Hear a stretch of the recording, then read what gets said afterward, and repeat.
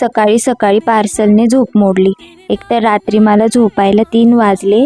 त्याचं कारण असं की मी रात्री रील बघितली की चोर घरात घुसले अशी, आणि मला रात्री भीती वाटायला लागली. थोडासा आवाज झाला रात्री की जाग यायची. असे डोळे उघडझाप करता करता माझा 3ला डोळा लागला. असो, आज शनिवार होता आणि आमच्या इथं बाजार होता. माझी मम्मी सकाळी सकाळी सगळं स्वयंपाक करून बाजारात गेली होती. पावसाचं माझी सुपर मॉम. घरात कपाट नाही आहे, नवीन कपाट घ्यायचं आहे म्हणून हा पसारा दिसतोय. म्हटलं मम्मी येईपर्यंत थोडं आवरून घेऊ.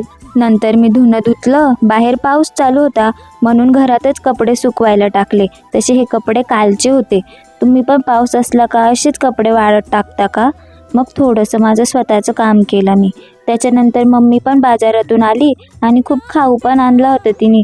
म्हटलं आज तू खूप दमली ना, चल तुला पिक्चरला घेऊन जाते मस्त. मग संध्याकाळी आम्ही मस्त मूवीला गेलो.